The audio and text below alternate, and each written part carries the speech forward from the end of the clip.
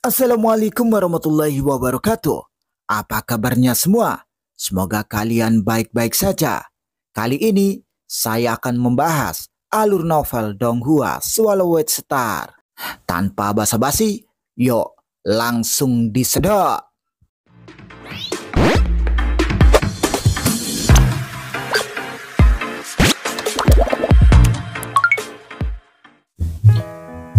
Melanjutkan dari cerita sebelumnya, menara bintang tingginya 9 tahun jaya itu sangat besar, seolah-olah menutupi setengah alam semesta. Di dalam menara, di istana inti, cahaya kemasan yang kabur bersinar saat Luo Feng keluar dari cahaya kemasan. Menara bintang. Luo Feng tersenyum. Dia merasakan kegembiraan dari menara bintang. Pergi ke ruang segel. Luo Feng berjalan ke tepi istana dan portal menuju ruang segel. Menara bintang pada dasarnya adalah harta karun sejati dan ruang segel adalah pusatnya. Itu sangat luas dengan tanah hitam dan kordilera. Siu, Luo Feng terbang dan melihat ke bawah ke tanah. Laut terpencil muncul. Luo Feng berteriak. Dengan bumi yang hancur, laut terpencil muncul di ruang segel. Diameter 6 miliar mil. Luo Feng berdiri di atas lautan, menginjak ombak, dan harga diri memenuhi hatinya. Kekuatan yang sangat surgawi. Menara bintang, kendalikan. Luo Feng mulai mengendalikan menara bintang dengan pikirannya. Pilar air berputar dan memanjang ke cekungan di sekitar mereka. Mereka menembus menara bintang, dan kekuatan dewa bergabung dengan seluruh menara bintang. Kekuatan misterius terpancar dari menara bintang, dan bintang tersegel dan ukiran hukum di pilar surgawi membingungkan Luo Feng. Ini sangat rumit. Aku tidak bisa memahaminya sama sekali, tapi rasanya sangat menyenangkan ketika kekuatan dewaku dan menara bintang benar-benar bergabung satu sama lain. Aku tidak perlu peduli tentang arti dari pahatan hukum. Aku akan menggunakan kekuatanku. Luo Feng mengatupkan giginya dan menggeram. Pindahkan. Menara bintang hampir tidak bergetar. Amplifikasi sangat kecil sehingga tidak terlihat. Ini terlalu sulit untuk dikendalikan. Luo Feng agak tertegun. Dia merasa seperti semut yang mencoba mendorong batu. Membakar kekuatan dewa. Luo Feng mengatupkan giginya. Semua kekuatan dewa di menara bintang mulai terbakar. Dan itu menjadi 1000 kali lebih kuat. Menara bintang mulai bergerak. Namun, Luo Feng berhenti setelah memindahkan menara bintang walau hanya sedikit. Berhenti. Luo Feng berhenti membakar kekuatan dewanya. Ya Tuhan, aku sudah membakar kekuatan dewa puluhan kali dari tubuh lautan terpencilku. Meskipun aku bisa memindahkan menara bintang, aku masih belum bisa mengendarainya. Luo Feng menggelengkan kepalanya. Tidak heran, guruku Yui Zhanke berkata, aku hanya bisa mengemudikan menara bintang ketika aku menjadi seorang kesatria alam semesta.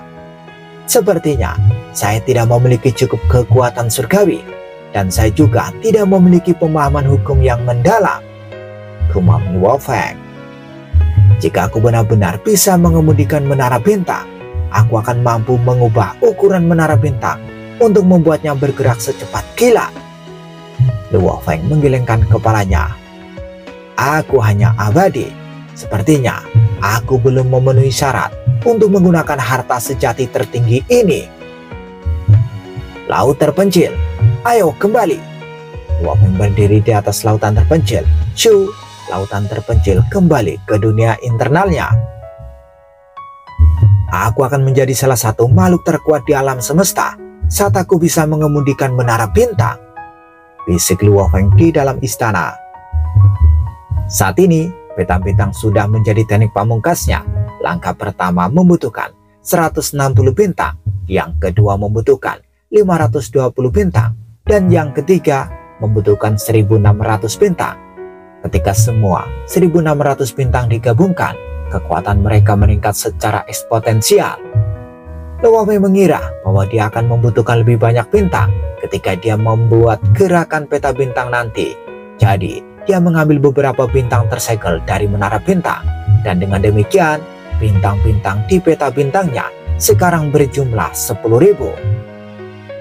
Aku akan pergi dan membuat negara dewaku sekarang kembali ke wilayah manusia. Luo Feng melangkah ke dalam cahaya kemasan. Siu, dia menghilang di dalam wilayah manusia, di dalam alam semesta Ganbu. Luo Feng memindahkan dirinya ke wilayah ruang angkasa 50 tahun cahaya dari bumi, di mana hanya ada planet dan bintang yang sekarat. Aku akan memilih tempat ini, bisik Luo Feng. Luo Feng merobek ruang itu dan melangkah ke interlayer. Ada ribuan lapisan di antar lapisan ruang. Lapisan pertama adalah ruang yang hancur dan terfragmentasi. Lapisan kedua adalah negara dewa. Lapisan ketiga adalah banjir luar angkasa. Ini dikategorikan dalam istilah pejuang biasa abadi. Bagi makhluk tertinggi sejati di alam semesta, hanya ada satu lapisan interlayer luar angkasa yang sangat luas. Semakin dekat ke alam semesta asli, semakin kecil fragmen ruang, dan semakin jauh semakin besar fragmen itu. Dan semakin dalam interlayer luar angkasa, semakin berbahaya. Luo Feng berteleportasi sendiri dan terbang melewati lapisan negara dewa. Dia memasuki lapisan banjir luar angkasa, membuka sayap siwunya dan terbang lebih dalam. Pejuang abadi biasa akan membangun negara dewa mereka di lapisan negara dewa. Beberapa makhluk tertinggi akan melakukan hal yang sama, namun mereka akan memindahkan negara dewa mereka lebih dalam ke lapisan banjir luar angkasa saat mereka menjadi lebih kuat, pikir Luo Feng. Semakin dalam, semakin aman negara dewa itu. Kekuatan dewa ditanamkan di sayap siwunya yang membuat mereka lebih kuat. Itu mulai terbang di antara banjir ruang angkasa seperti kilatan cahaya. Fragmen ruang angkasa semakin besar, beberapa dengan diameter 6 miliar mil. Luo Feng hanya bisa melihat fragmen ruang yang sangat besar itu. Sudah ada tanah dan air di beberapa di antaranya. Mereka terbang dengan kecepatan tinggi. Luo Feng terbang semakin dalam. Kadang-kadang dia melakukan teleportasi untuk menghindari fragmen luar angkasa yang sangat besar. Dunia internalnya memiliki diameter 600 miliar mil, jadi dia perlu memilih fragmen ruang yang memiliki tinggi, lebar, dan panjang yang sama. 2 hari setelahnya, Luo Feng akhirnya melihat beberapa fragmen ruang dengan diameter 1 triliun kilometer dan beberapa bahkan lebih besar. Aku harus berhati-hati. Fragmen ruang sebesar ini mungkin bisa membunuh seorang kesatria alam semesta. Luo Feng sangat berhati-hati. Fragmen ruang itu semuanya berasal dari banjir ruang angkasa, dan mereka dapat dengan mudah menabrak seseorang karena terbang begitu cepat. Untungnya, Luo Feng memiliki sayap siwu yang membantunya menghindari fragmen ruang dengan gesit. Luo Feng menteleportasikan dirinya di sekitar fragmen ruang yang memiliki diameter terbesar 3,9 triliun mil dan diameter terkecil 1,3 triliun mil. Itu sudah bisa bergabung dengan dunia internalnya sepenuhnya. Bangun negara dewa! Luo Feng membuka sayapnya dan memicu dunia internalnya. Tiba-tiba, kekuatan tak terlihat meledak dari dunia internalnya, dan itu mengunci fragmen ruang itu. Sebuah dunia besar muncul entah dari mana, seolah-olah itu ada dalam ilusi atau dimensi lain. Itu terbang menuju fragmen ruang yang ditargetkan, dan fragmen ruang juga tertarik padanya. Satu tampak nyata, dan satu lagi tampak seperti gampang. Mereka semakin dekat satu sama lain. Ruang angkasa bergetar, dan semua fragmen ruang lainnya menghindarinya. Dunia dan bagian luar angkasa yang besar bergabung, menstabilkan satu sama lain. Dunia baru yang nyata lahir, dan setelah beberapa saat, dunia ilusi benar-benar lenyap. Itu adalah negara dewanya. Luo Feng mengambil langkah dan memindahkan dirinya ke negara dewanya. Negara dewa dipenuhi dengan energi dan terus berkembang. Lautan terpencil tidak ada apa-apanya dibandingkan dengan negara dewa. Istana dewa, bangun! Di langit di atas lautan terpencil, kekuatan dewa yang tak terbatas berkumpul, dan sebuah istana yang menjulang tinggi muncul. itu adalah istana dewa yang memancarkan cahaya kemasan dan energi hukum emas. Bagian atas istana adalah puncak menara yang besar dan menjadi pusat negara dewa pada saat itu terbentuk. Ini negara dewaku. Luo Feng berdiri di langit dengan mata tertutup dan lengan terbuka. Dia merasa luar biasa. Dia merasakan koneksi instan ke tempat ini, seolah dia secara fisik telah menjadi negara dewa itu sendiri. Pegunungan, dataran, rawa, gurun, sebuah oasis, dan danau. Luo Feng merasakan seluruh negara dewa dengan mata tertutup. Pada saat ini, dia dan negara dewanya digabungkan menjadi satu. Kekuatan lautan terpencil bergabung dengan kekuatan negara dewa, saling memberdayakan beberapa kali. Negara dewa ini adalah aku, dan aku adalah negara dewa ini, kata Luo Feng. Kekuatan negara dewaku mungkin bisa membunuh beberapa kesatria alam semesta. Luo Feng membuka matanya dan tersenyum. Negara dewaku sudah selesai. Luo Feng memandang ke lautan terpencil. Lautan terpencil mampu melakukan teknik bakat aku adalah semesta. Tubuh lautan terpencil sudah mampu mengontrol ruang dan waktu di sekitarnya sampai batas tertentu. Bersama dengan teknik aku adalah semesta dan kekuatan negara dewa itu sudah sangat luar biasa. Lautan terpencil akan menjaga negara dewanya. Luo Feng membawa tubuh Mosa, tubuh binatang bertanduk emas, dan tubuh lautan terpencil di ketinggian lebih dari 5.000 mil.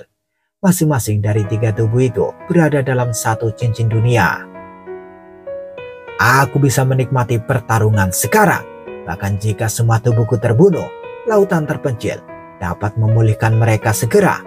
Bagaimanapun, bahkan kekuatan dewa dari tubuh lain digabungkan, tidak ada apa-apanya dibandingkan dengan apa yang terkandung di lautan terpencil.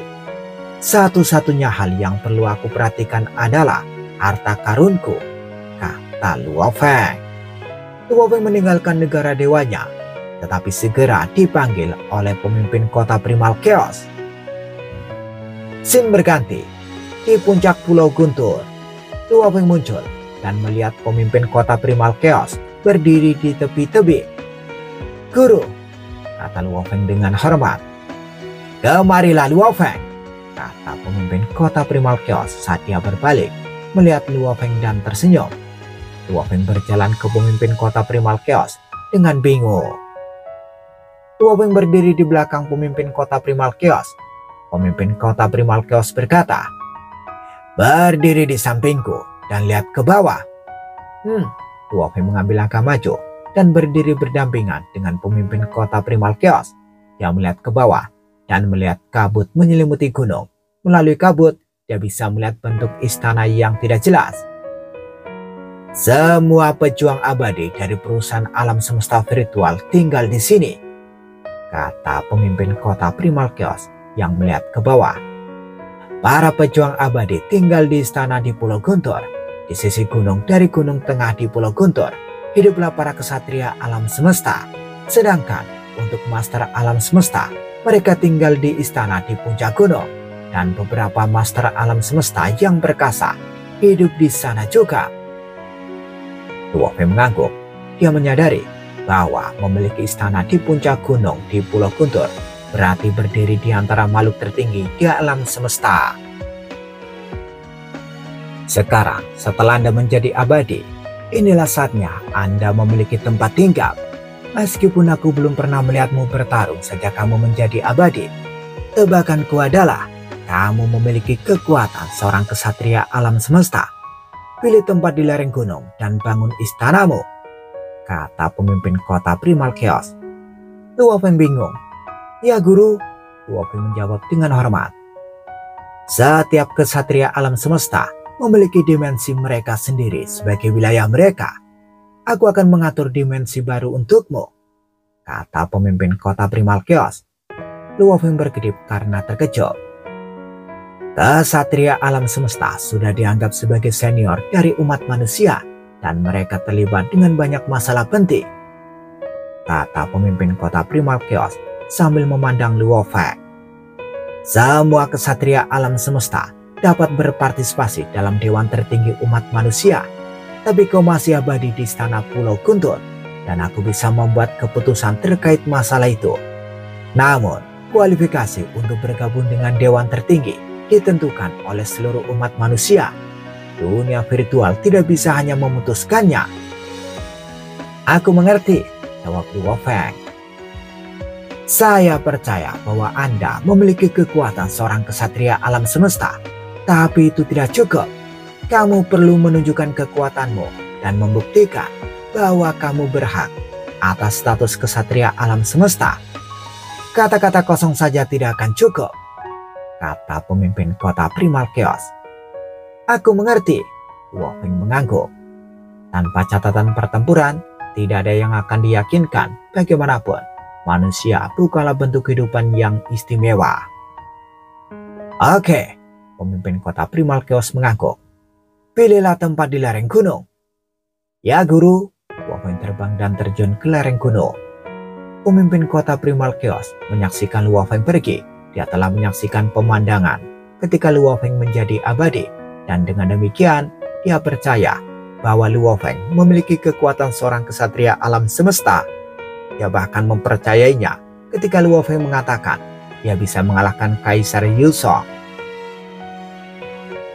Di lereng Gunung Pusat, Gunung Pusat adalah puncak yang menjulang tinggi, dan istana yang dibangun di sini tempat para kesatria alam semesta tinggal. Berdiri berdekatan satu sama lain, pelayan dan murid mereka semua tinggal di istana yang sama, yang memiliki diameter puluhan ribu mil atau bahkan lebih.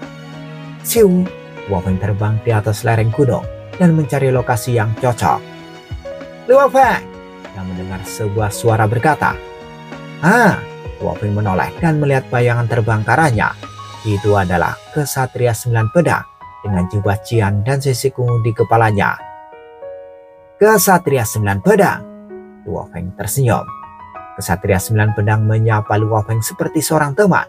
Dia berpikir dalam hati, meskipun Luo Feng tidak sekuat dirinya, dia adalah jenis tak tertandingi yang terkenal dan murid dari pemimpin kota Primal Chaos.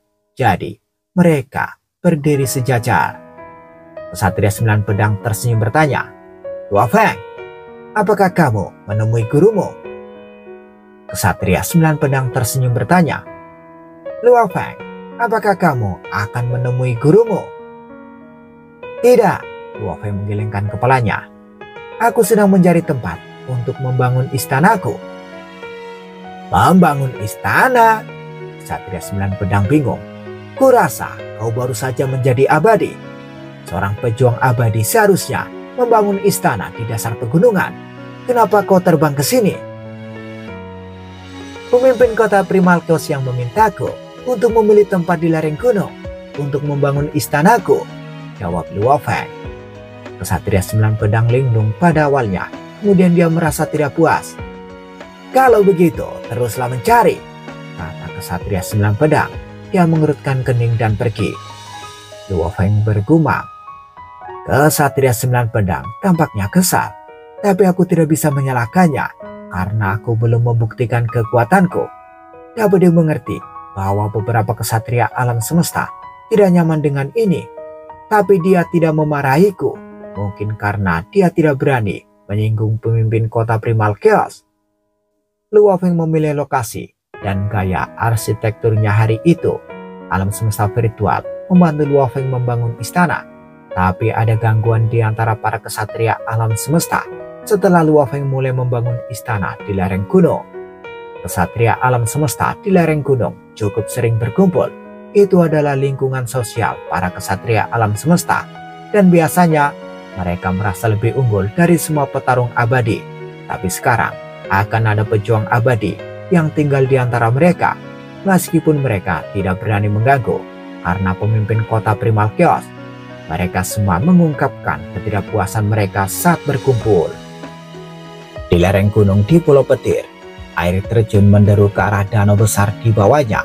Ada sebuah pulau dengan diameter beberapa mil di dalam danau, dan di sana 8 makhluk mengobrol satu sama lain. Pemimpin kota Primal Chaos adalah pilar dari umat manusia karena dia telah memberikan kontribusi besar bagi kita. Tapi Kaisar Sungai Pedang Luo Feng, Dia hanya bakat yang dibudidayakan dan telah menggunakan sumber daya ras kita. Saya tidak melihat kontribusinya sama sekali. Mengapa dia mendapatkan harta karun sejati? Mengapa dia mendapatkan token warisan Dewa Binatang? Bakat hanya menghabiskan sumber daya. Mereka benar-benar berutang pada ras kita. Adapun kita mendapatkan sumber daya untuk ras kita. Tidak ada kontribusi dan dia lebih lemah dari kita. Bagaimana dia memenuhi syarat untuk mendapatkan status kita? Seorang makhluk tertinggi, seorang makhluk setinggi 25 kaki, menggeram karena marah. Dia memiliki lengan yang besar dan kuat dan mengenakan baju besi hitam. Sebuah palu besi besar bertengger di samping kursinya. Apa yang dikatakan Kesatria Petir sangat masuk akal. Ya, itu masuk akal. Kesatria alam semesta lainnya mengangguk. Jangan bicara terlalu banyak, kata seorang pria tampan dengan 6 pasang sayap. Dia duduk minum sendirian. Ini diatur oleh pemimpin kota Primal Chaos.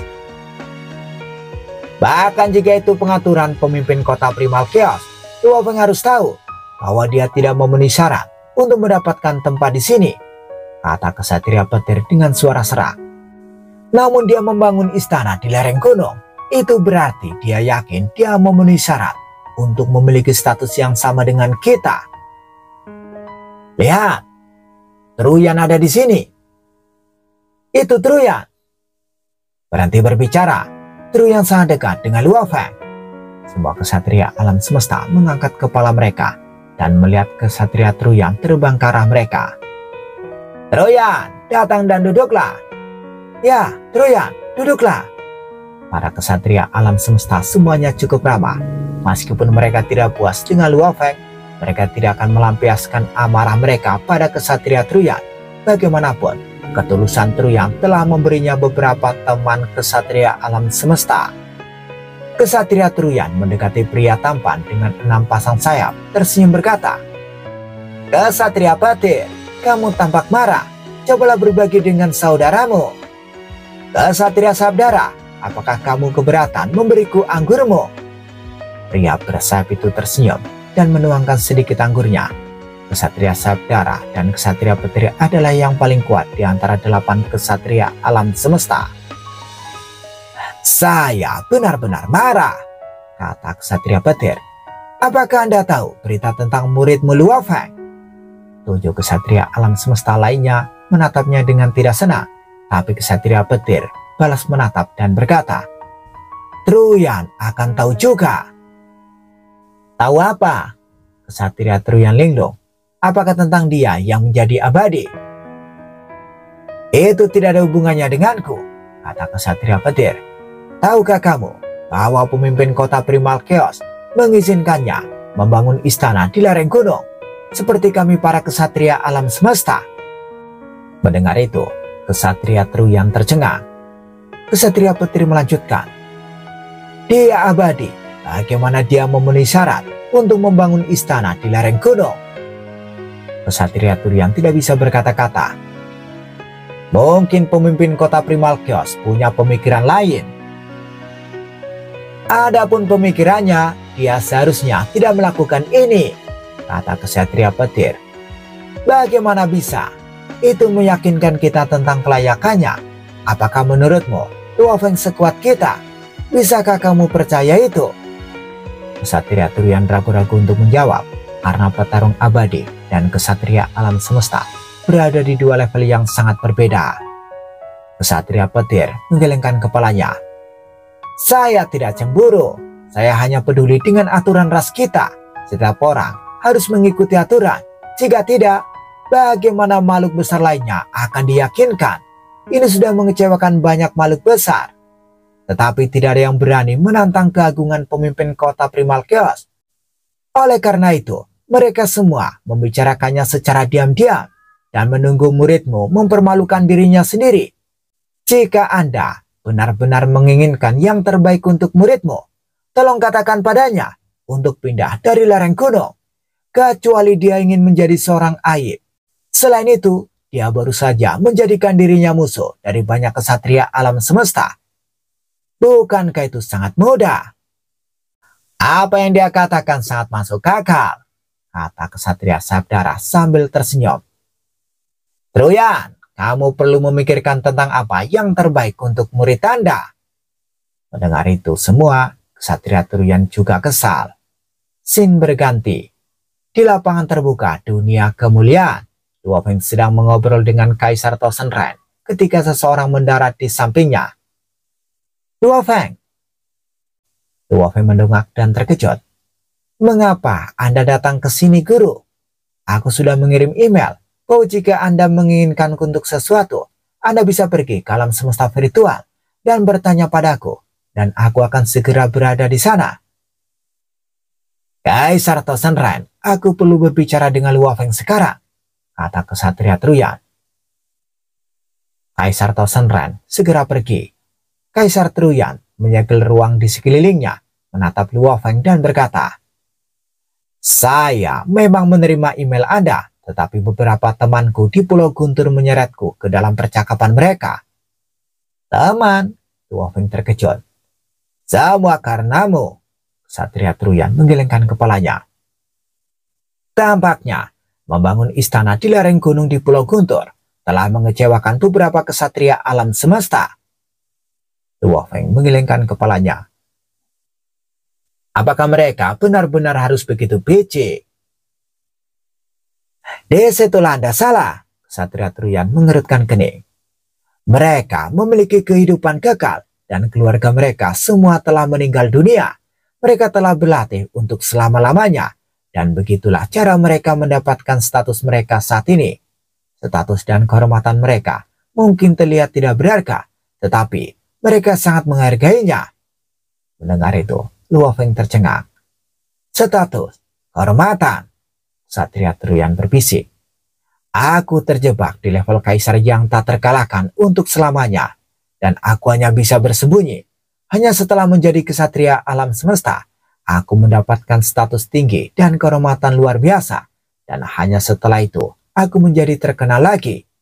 Status dan kemuliaan mereka diperoleh dengan kekuatan dan kontribusi mereka untuk ras kita. Menurutmu, apalagi yang mereka pedulikan selain dari status dan kehormatan mereka? Kata Kesatria Truyan. Luo Feng segera mengerti sepenuhnya. Sekarang saya mengerti, kata Luo Feng. Pantas saja begitu banyak makhluk hebat yang kecewa dengan ini. Jika aku adalah seorang kesatria alam semesta, aku juga akan kesal jika bakat abadi tiba-tiba mendapatkan tingkat kemuliaan yang sama denganku. Kamu masih muda dan kamu selalu menjadi pusat perhatian. Itu normal bagimu untuk tidak menyadarinya, kata Kesatria Truyan. Luo Feng mengangguk. Aku tahu itu. Luo Feng tersenyum. Saya akan membuktikan kepada para kesatria alam semesta bahwa saya seseorang yang memenuhi syarat. Saya hanya perlu mengalahkan seorang kesatria alam semesta. Mengalahkan seorang kesatria alam semesta? Kaisar Truyan kaget. Dia tidak menyaksikan adegan ketika Luo Feng menjadi abadi. Jadi bahkan jika dia memiliki kepercayaan pada Luo Feng, dia tidak bisa membayangkan manusia abadi mengalahkan seorang kesatria alam semesta. Anda tidak percaya padaku? Luo Feng tersenyum. Lihat saja nanti. Di sisi lain alun-alun terbuka. Lihatlah Kaisar Cermin Kulit. Ada Kaisar Sungai Pedang. Kaisar Cermin Kulit sedang duduk bersama makhluk agung dari aliansi wilayah utara. Dia memandang Luo Feng dan Kesatria Truyan dari jauh. Dia memuji keduanya. Dia memang lebih kuat. Kaisar Cermin Kulit mencibir. Tampaknya Kaisar Sungai Pedang ini telah menjadi abadi. Sudah 80.000 tahun. Dia memiliki pemahaman hukum yang mendalam sebelum dia menjadi abadi. Namun dia masih memilih untuk menunggu lebih dari 80.000 tahun. Sangat sabar. Aku sudah menunggu 80.000 tahun. Kaisar Cermin Kulit mengatupkan giginya.